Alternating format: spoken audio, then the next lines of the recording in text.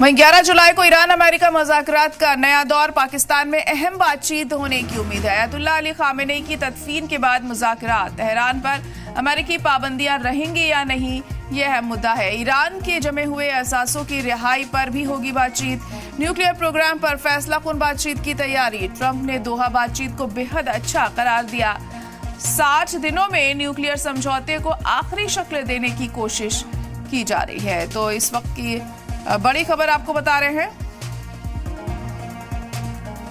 11 जुलाई को ईरान और अमेरिका मुज़ाकरात का नया दौर शुरू होने जा रहा है। पाकिस्तान में अहम बातचीत की उम्मीद की जा रही है कि पाकिस्तान में ये मुलाकात हो सकती है।